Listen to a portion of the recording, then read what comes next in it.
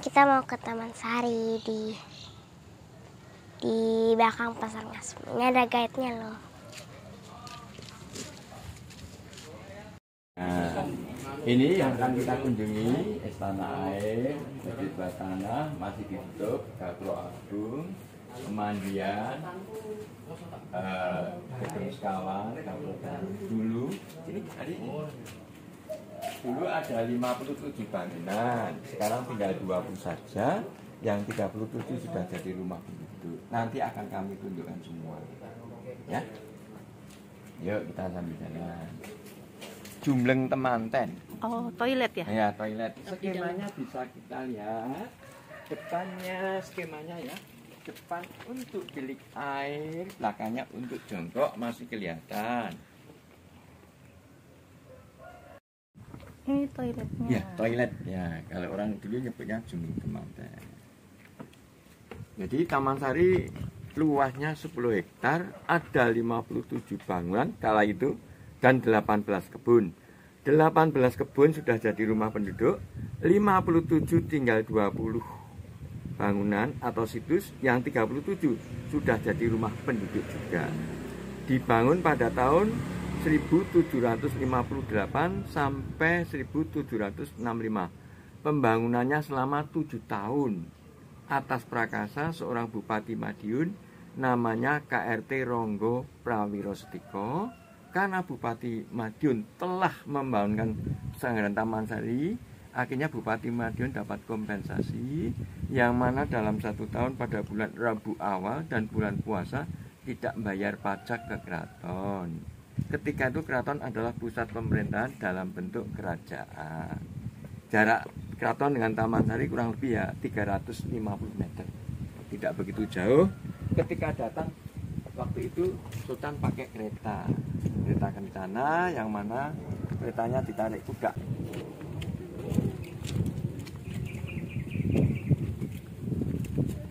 Nama situsnya Sumur Guling. Ini ditutup semenjak pandemi oleh pihak keraton. Sampai pada saat ini belum dibuka oleh pihak keraton karena manajemen Taman Sari di bawah manajemen keraton. Kalau keraton perintah tutup, Taman Sari akan patuh karena sedang dievaluasi. Karena masjid, Anda tahu tempat yang suci, ketika pengunjung pakai sepatu, pakai sandal, oleh pihak keraton sementara ditutup dulu. Pintunya hanya satu, maksudnya ketika keluarga sultan datang untuk melakukan sembahyang, ketika keluar juga melalui pintu itu filosofi Jawanya menggambarkan setelah sembahyang entah kapan besok akan kembali padanya. Jadi itu filosofi Jawa yang sangat diingat oleh sultan. Sampai sekarang masih seperti itu. Hanya kawasan masjid bawah tanahnya, yang kawasan Taman Sari hanya pintu satu. Kalau lainnya sekarang Anda presani sendiri, Anda lihat sudah beberapa pintu ya, entah dari samping kanan, kiri ya, depan.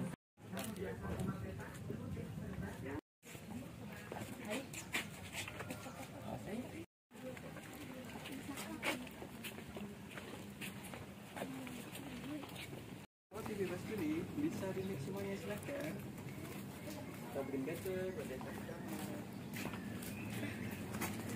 Baik, ini dibangun semenjak pertama kali pintu di Indonesia.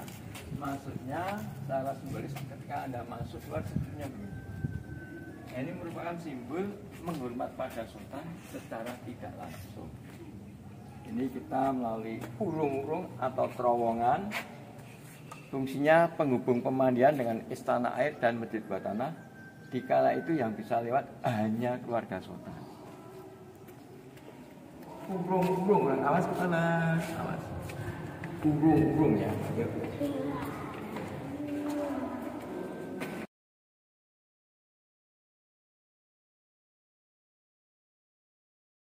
Sebelah kanan atas, sebelah kiri atas itu air. Oh, yang sekarang rumah-rumah itu tadinya air. Berarti airnya kolamnya besar ya? Itu airnya dari 2 sungai, Sungai Winomo dan Sungai Cudi. Ketika itu dibikin kanal, airnya dialirkan ke Danau Buatan.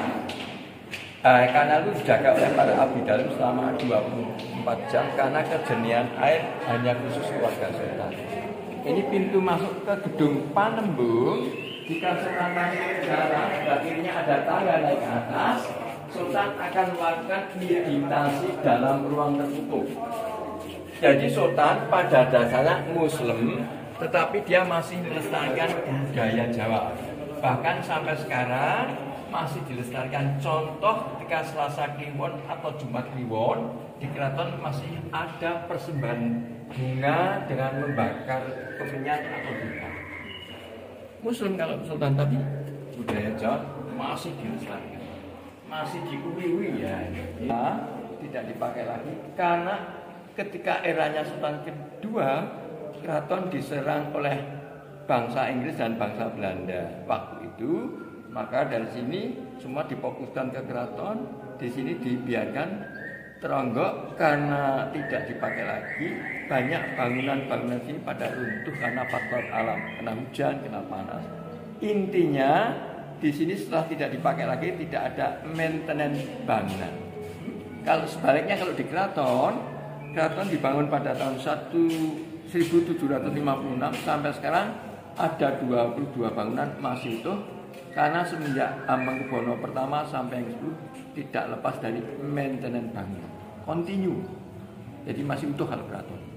Berarti ini dari tahun berapa tuh Pak kalau Sultan pertama? 1778 sudah tidak dipakai 1812. Hanya 2 periode saja. Masing-masing 1 periode Sultan pertama dan kedua itu 40 tahun dan 50 tahun. Oh lama ya? Iya, merintahnya karena ya? kalau model kerajaan kan absolut yang mutlak, hanya ditunjukkan putra mahkota jadi raja sampai meninggal ya. Nanti baru diganti. Tidak ada, kalau zaman kan tidak ada yang milih DPR, MPR tidak. Jadi sekarang Sultan yang ke-10 itu anaknya wanita, 5 sudah kawin semua, tetapi anak mantu tidak berhak jadi sultan karena anak mantu tidak ada unsur darah birunya. Orang biasa, orang kampung, karena dia masuk ke keluarga keraton, oleh sultan diberi gelar KRT, Kanjeng Raden Tumenggung, karena yang dominan darah biru itu kebanyakan pangkatnya paling mentok itu KRT, Kanjeng Raden.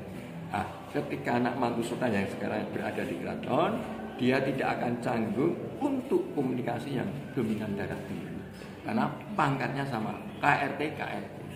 Jadi nanti yang ngewarisin? Nanti ini sebenarnya sultan kan punya adik 2, Gusti Bandara Pangeran Prabu Kusuma, Gusti Bandara Pangeran Aryo Yudoningrat. Jika sultan yang sendiri, maka yang berhak itu harusnya menurut paugeran peraturan sudah baku semenjak Hamengkubuwono pertama, dipilih di antara 2 itu. Yang milih itu wali raja. Wali raja itu terdiri dari keturunan sultan pertama sampai yang ke-9, entah cucunya, entah cicitnya, entah buyutnya, itu yang berhak memilih. Jadi banyak ya? Pollingnya banyak. Betul, itu yang berhak memilih. Jadi mengapa sultan pertama sampai yang 10 di Yogyakarta masih kontinu? Karena pakai sistem legowo. Misalnya A tidak dipilih, yang pilih B. A malah dorong, silakan jadi sultan yang baik. Pemilihannya seperti itu. Jadi nggak pernah konflik. Oke. Sama sekali nggak hujan. Bekas kebun-kebun ya dulu. Pada sultan intinya tinggal di kamar dan sultan memberi izin. Jo, bangun lagi Pak Jo. 1 menit langsung bisa sulap ini boleh dijangka. Jo tidur. Nah, atau yang piala dari yang kosong ditutup, tinggal tiup aja, dibuka keluar bulannya. Tutup, tinggal selapin titip aja, buka lagi ntar bulannya. Hilangnya kemana bulannya udah. Nah, gitu ini ya. Caranya mainnya gimana? Cukup ditaruh sini, tinggal selapin. Ini keluar bulannya. Tuh. Atau yang buku. Buku itu mainnya juga gampang. Nih lihat ya, bukunya kosong, bola harusnya kosong. Kalau udah ditiup aja, buka lagi ntar keluar gambarnya. Gambarnya masih hitam putih, mau bagus lagi kamu tiup. buka lagi ntar udah berwarna. Menghilangkan cukup tepuk aja sekali, buka antar dia hilang. Nah, iya bisa, kamu juga lah. Tekan ke bawah, tuh ditutup dulu, tutup. Entar dulu, jangan ditutup. Nah, dah ditutup dulu baru digeser ini. Nah, dah itu hilang. Itu ada kalau ditekan.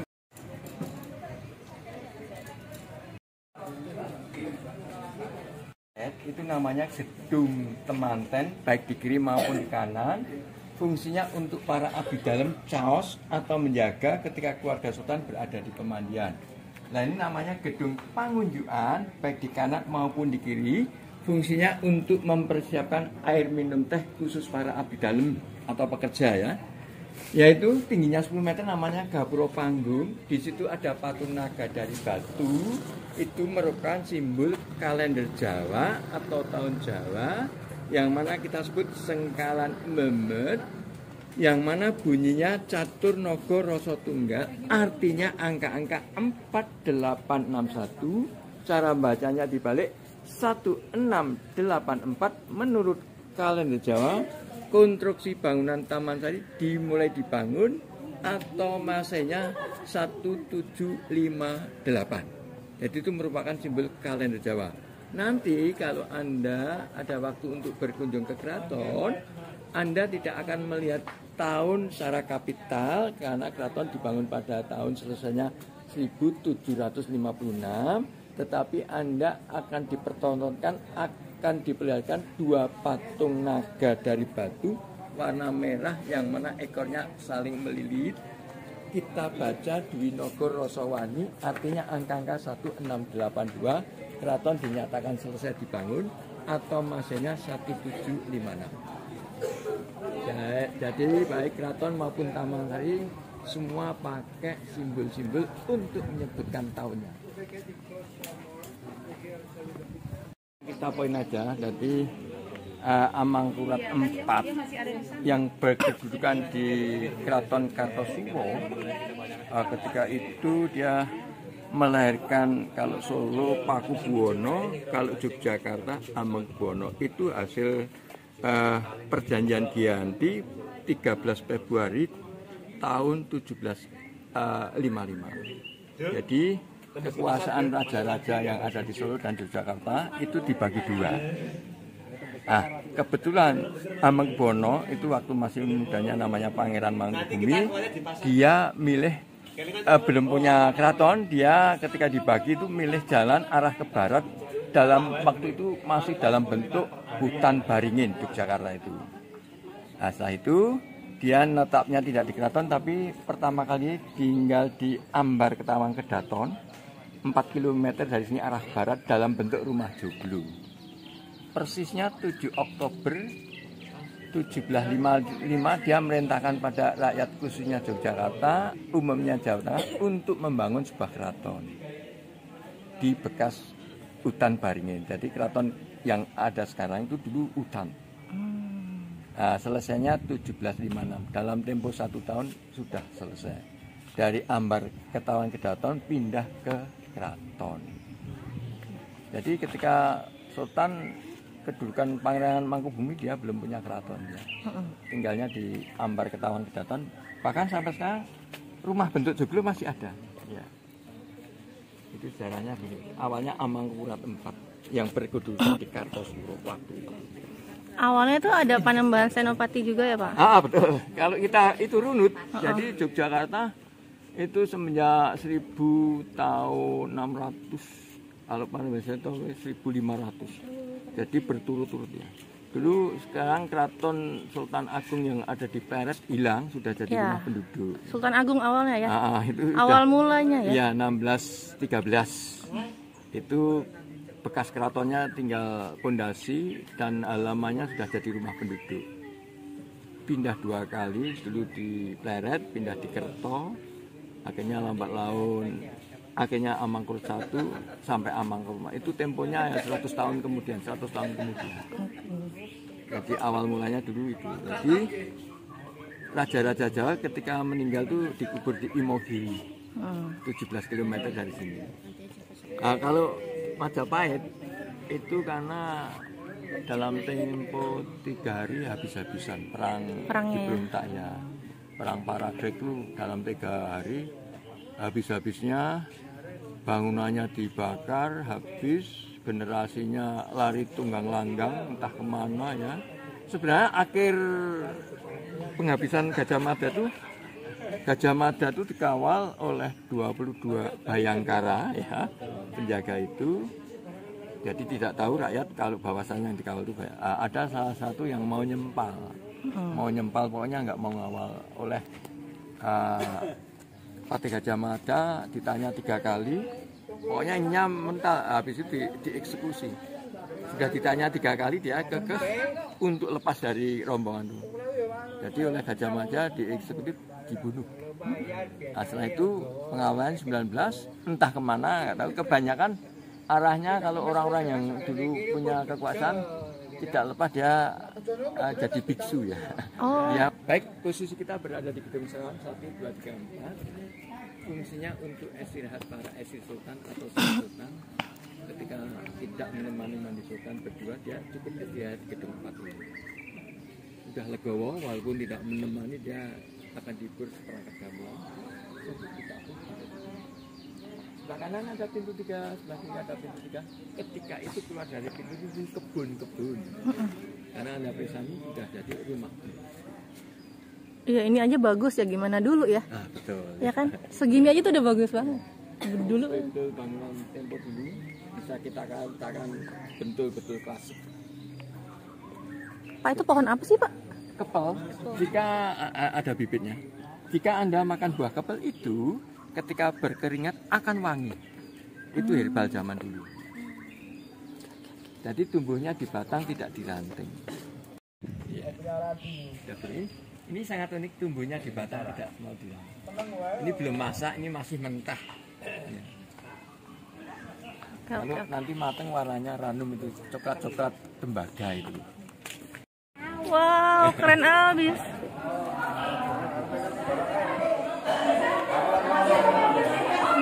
Kita foto step by step dari utara sana, bagus. Yuk, kita balik lagi.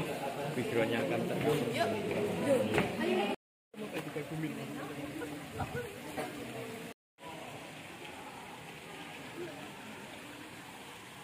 Kolam renang khusus keluarga. Depan Anda namanya Umbul Pamuncar, untuk mandi putra putri sultan dan saudaranya sultan, mandinya di depan Anda namanya Umbul Pamuncar. Yang tengah itu namanya Umbul Panguras, khusus para istri selir atau permaisuri sultan. Perlu diketahui saja, sultan yang kedua dia punya permaisuri 4, selirnya 24. Jadi semua istrinya 28. Dari 28 istri dia punya anak 80. Ketika berlibur semua diajak di Taman Sari, tidak ada yang tinggal di keraton. Ketika para selir mandi di Umbul Panguras, sultan berada di menara itu untuk melihatnya. Cara pendekatannya, sultan turun ke bawah karena sultan kekuasaannya sangat mutlak. Salah satu ditunjuk, dia akan datang ke tempat sultan dan akan diajak mandi berdua di Umbul Binangun yang sebelah selatan yang tertutup. Lainnya tidak dipilih, istilah Jawanya legowo, karena tidak dipilih dia akan naik ke atas, istirahat di Gedung 4 tadi, cukup dibur seperangkat gamelan, ditabuh atau dibunyikan. Kedalamannya hanya 110 cm. Ketika itu cara mandinya kungkum atau berendam diri, jadi tidak ada gaya apa-apa. Nggak berenang. Enggak, kungkum diam. Kungkum, Ya, kungkum jadi, itu diam. Diam saja. Jadi tidak ada gaya kupu-kupu gaya kata. Kurungan besar ini bukan berisi binatang semacam bulu, tetapi ketika itu untuk kayu cendana dibakar, dimasukkan ke dalam, si asap akan keluar dari lubang-lubang itu. Karena kayu cendana dibakar, dia akan menimbulkan bau wangi. Itulah aromaterapi zaman dulu. Kamu wangi mau pakai kayu cendana? Ini sebelah ini kamar ganti. Tapi ini tujuannya bangunan itu.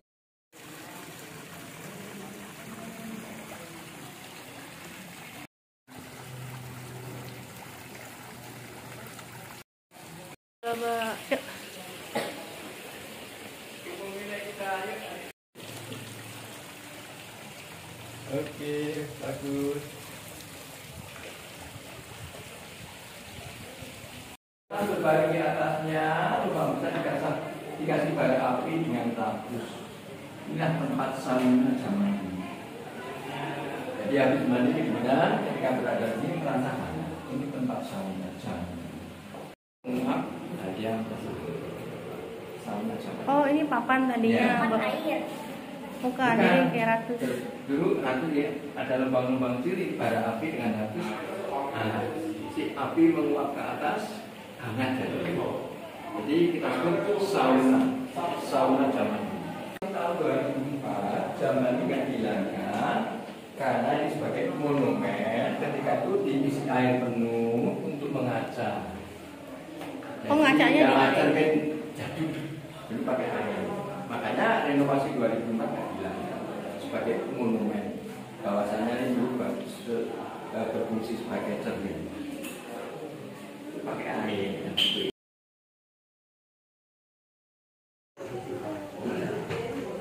Belakang beliau di atas juga bagus.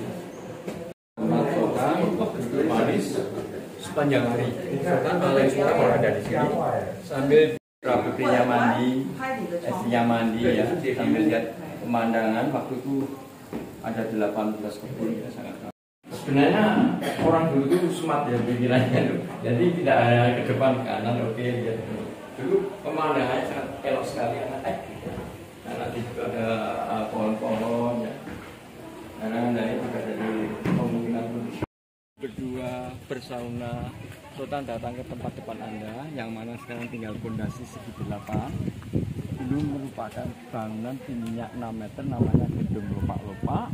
Dibagi dua, Sultan duduk berada di atas, yang bawah untuk para abdi dalam atau pekerja. Di sini sudah tersedia bermacam-macam buah-buahan. Habis mandi bersauna, Sultan akan menikmati buah-buahan di Gedung Lopak-Lopak. Yang tingginya 10 meter namanya Gapuro Agung.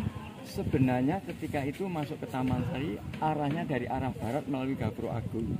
Jadi Gapuro Agung itu sebagai reception atau penerimaan tamu.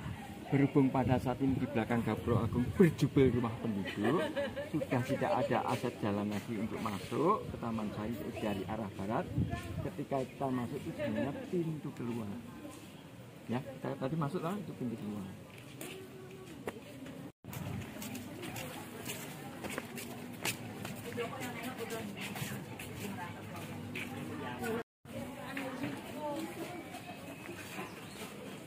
Kebun nanas, kebun durian, yang mana pada saat ini Anda lihat sudah jadi. Dulu kebun nanas, kebun durian. Panjang jalan ini ke barat dan ke timur. Oleh keluarga Sultan harus dilaporkan ke gerbang caleg. Jadi gerbang caleg itu semacam administrasi. Ketika dia berlibur lama 3 bulan tidak lepas dari 9 bahan pokok ya, beras, sayur mayur, telur, daging, bermacam-macam kebutuhan untuk ketika keluarga Sultan berada di sini. Untuk abdi dalam laki-laki pekerja, yang sana untuk abdi dalam wanita untuk pekerja. Akan dicatat sangat unik. Bahkan sampai sekarang kalau kantoran model keraton itu mejanya rendah, duduk di lesehan, itu di dalam keraton masih dilestarikan. Kantorannya model ini. Nah ini tangga ini dibikin lebar-lebar karena ketika itu putri-putri bangsawan ketika pakai jari sangat mepet sekali dan ada aksesorisnya, ada ekornya jari dibikin ya waktu itu ya untuk hiasan. Nah ini ketika dia jalan si ekor itu akan tertahan ini. Istilah Jawanya itu tidak nyerimpeti. Nah dulu kebun daun sirih. Sekarang ada pesan sudah jadi pemungkinan. Baik, ini namanya Gedung Madaran. Itu bahasa Bagongan atau bahasa keraton yang sangat halus. Kalau kita artinya perlu. Nah, ini bekas ruang makan Sultan pagi, siang, sore, dan malam. Ini bekas ruang makan pagi, siang, sore, dan malam. Bahkan sampai sekarang masih dilestarikan. Ketika Sultan makan, ada salah satu wanita pakai kemben, biasanya duduk di atas lantai di pojok yang mana kita sebut marah. Fungsinya hanya menemani Sultan makan saja. Lah orang yang marah itu akan senang sekali jika makan sultan tidak habis, istilah Jawanya dilorot atau dikumpulkan, oleh yang mana tadi dibawa pulang, dibagikan pada keluarganya. Istilahnya ngalap berkah. Jadi seorang abdi dalam waktunya dihabiskan di keraton untuk bekerja dengan harapan yang untung biar anaknya atau cucunya atau cicitnya. Sampai sekarang seperti itu. Meja dari batu di tempat prasmanan, kesukaan sultan, ada tari robek, ada sambal terasi, ada tempe gajah ditempatkan di sini. Ketika itu belum ada kapur ajaib, di sini dikasih air untuk mengantisipasi semut, karena ini makanan. Ketika semut datang, depannya air dia akan kembali. Ini untuk pelindung. Pintar ya? Iya. Jika ada piring kotor, gelas kotor, sendok porok kotor, akan ditempatkan di bawah ini. Nanti oleh para abdi dalam tertandor akan diambil untuk dicuci atau dibersihkan. Ini merupakan tempat alat-alat perkakas zaman dulu, sepertinya soblok, bukan soblok apa dandang ya. Semenjak Taman Sari tidak dipakai untuk pesantren, semua perkakas dibawa di keraton di atas lantai.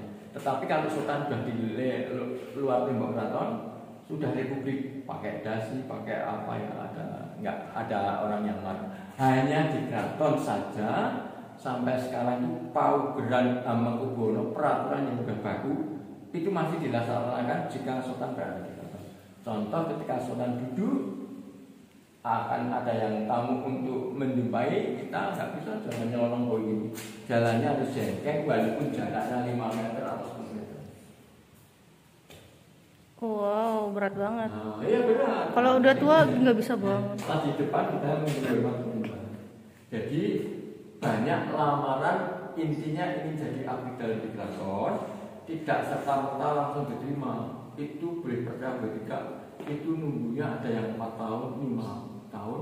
Itu pun baru dipanggil, tidak langsung diterima. Dia harus mengikuti pawiyatan selama 9 bulan. Pawiyatan pendidikan dari orang kampung. Ketika dia masuk ke keraton, dia dididik selama 9 bulan biar tahu tata kromo yang ada di keraton.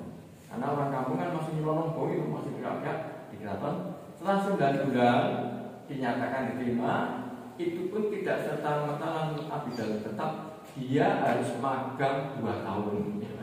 Magang 2 tahun baru diangkat jadi abdi dalam. Gajinya tidak seperti PNS. Kalau keraton tuh nyebutnya istilahnya nyadong bebungan. Nah, itu kebanyakan abdi dalam itu legowo, ikhlas. Jadi dia ketika nyadong bebungan tidak dilihat nilai nominalnya. Nah, kebanyakan abdi dalam disimpan di tempat bantal karena uang dari sultan itu berkahi. Jadi mereka tersugesti itu. Contoh aja yang belum lama ini, kalau nasional Pak Jokowi bilang pandemi ya.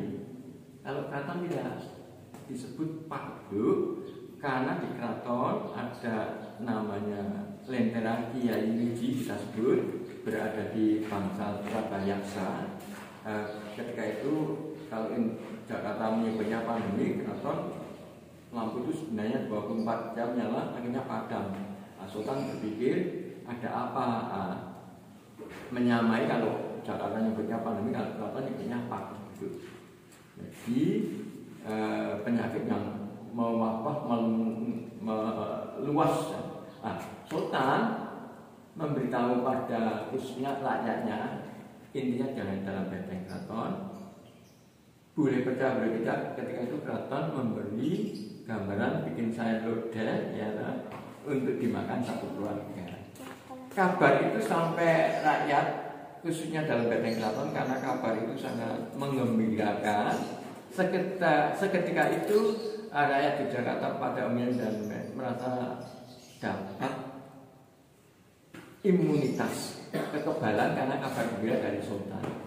Toh selama 2 tahun yang tadi patuh dengan perintah sultan, kami lihat sehat-sehat saja. Toh juga mengikuti peraturan pemerintah pakai apa? Suntikan jadi apa istilahnya? Vaksin. Vaksin ikut, tapi dia seketika dapat kabar dari keraton sangat gembira. Jadi karena saking gembiranya sudah dia otomatis dapat kekebalan tubuh. Juga itu mengikuti anjuran pemerintah vaksin. Jadi di dalam datang keraton sedikit korbannya bisa dihitung dengan jari. Nah, itu karena percaya. Jadi di sini di Bangsal Surabaya di dalam keraton itu ada lentera nyala selama 24 jam, namanya Kiyaluji. Itu pada umumnya orang Jawa masih meyakini, ya, masih sampai sekarang. Jika padam, ada apa ini ya? Nah, ini sebelah timur ini untuk kamar masaknya. Kita amat hati-hati belum makan. Ini kami tunjukkan batu, ini tempat bahan-bahan mentah. Apa? Oh, ada koin. Katanya bagi siapa yang melempar koin, katanya akan dapat keberuntungan, tapi tidak serta merta menaruhnya begini. Mudah bukan? Tapi harus perjuangan. Kenapa? Oke. Aku mau. Ini uang koinnya ya. Tapi ketika ngelempar jangan sampai dilipat ya, seperti baling-baling, tahu baling-baling? Kitiran ya. Nah, kalau gini nggak nyampe, tapi ini kamu adik lihat. Nah, kalau gini mudah. Nah, tantangannya cuma gini.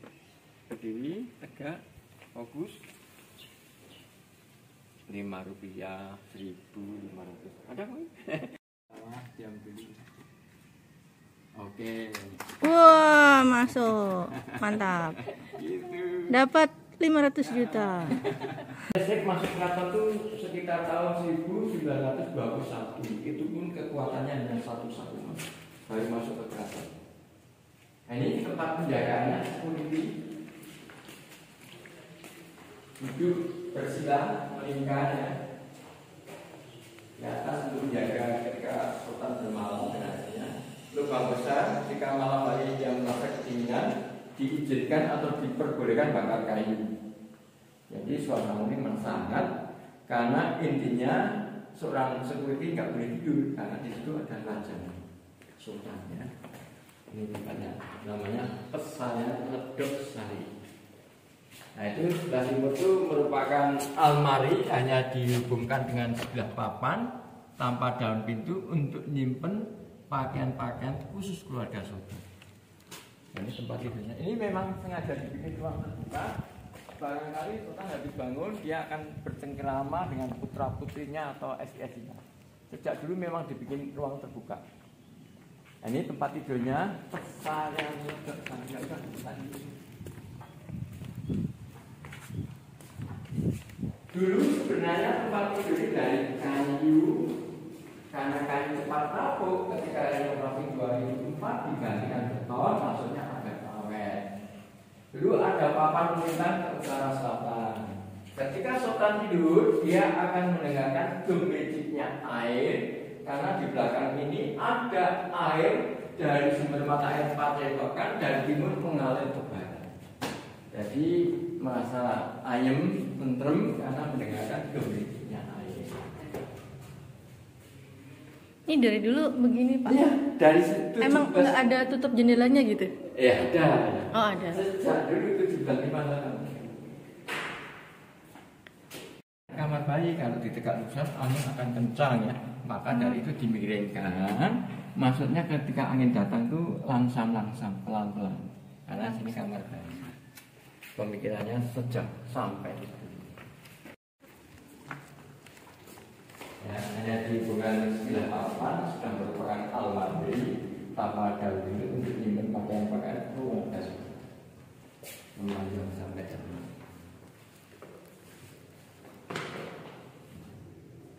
Itu perpanjangan dari Raden Pegel itu sewaktu kepangkatan yang ada di keraton semenjak Hamengkubuwono pertama sampai yang seluruh masih dilestarikan. Jadi kehidupan seorang abdi dalam hanya diwarnai dua warna, hijau simbol pengharapan, ini kelas satu kuning simbol ketuhanan. Jadi ketika dia bekerja di keraton betul-betul tulus ikhlas, yang harapannya yang untung biar anaknya atau cucunya. Nah, sistem kerja seorang abdi dalam itu setiap 10 hari sekali sowan ke keraton bagi yang laki-laki, setiap 10 hari sekali marak ke keraton bagi wanita. Tergantung predikatnya. Kalau abdi dalam patean, ketika dia masuk ke keraton, dia akan bekerja membikinkan air teh khusus keluarga sultan.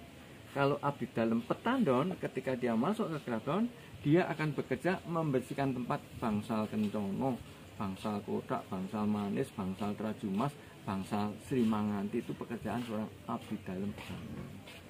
Nah, pintu kecil ini kalau orang Jawa nyebutnya regol. Regol itu untuk keluar masuk penghuninya.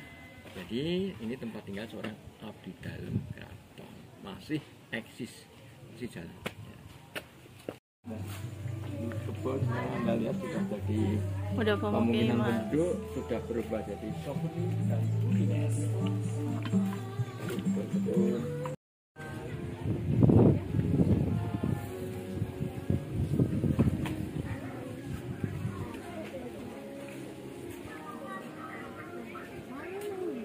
Tahun 1942 mengapa dibubarkan?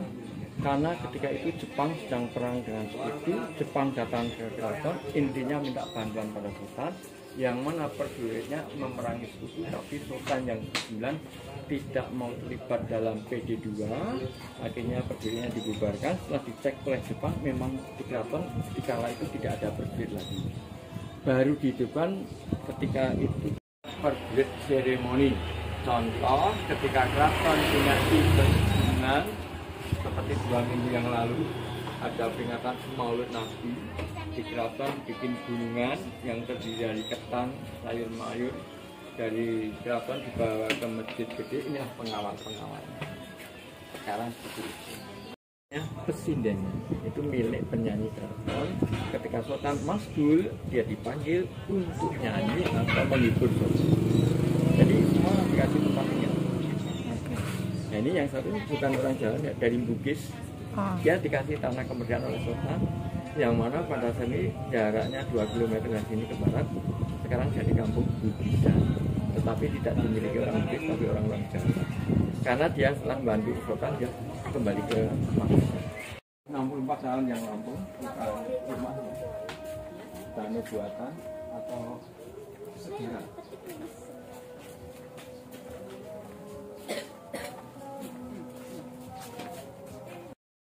Bangunan yang menjorok ke barat di tempat imamnya, ketika itu belum ada mikrofon atau halo-halo.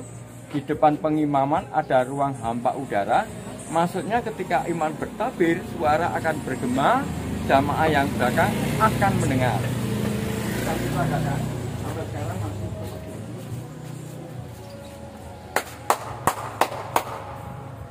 Lantai atas untuk laki-laki, lantai bawah untuk wanita, khusus keluarga sultan. Halo. Nggak ada. Ya, ini ada kamu tepuk tangan. Ya, Gema. ada gema kan? Ya.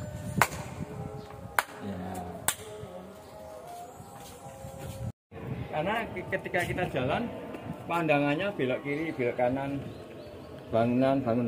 Setelah kita lihat dari atas, ini yang datang ini angin laut ya, jaraknya 25 km.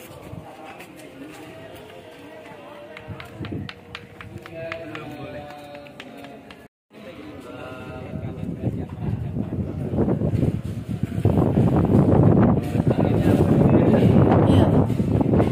Ini angin laut ya. Aduh, dari pantai langsung.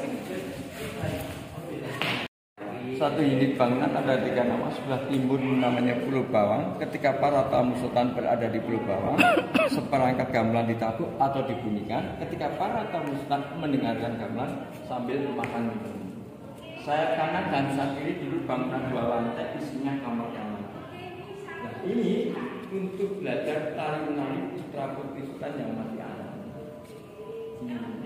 Jika sudah naik ke atas, satu untuk melihat pemandangan seenter taman sari. Waktu itu ya, hanya sultan saja yang bisa berada di atas sana. Pulau Kenanga yang sudah untuk sultan berada di sana untuk melihat putra putrinya bersenang-senang naik perahu. Tadi aku udah di Taman Sari. Terus apa ya?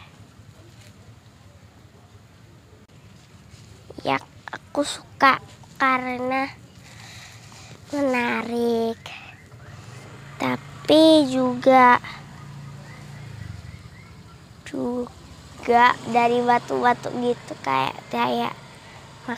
kayak ada tempat tidur rajanya, tempat makan, dan juga itu seru banget sih. Lalu ada terowongan juga. Kamu nggak suka itu kolam? Aku suka tapi nggak bisa berenang.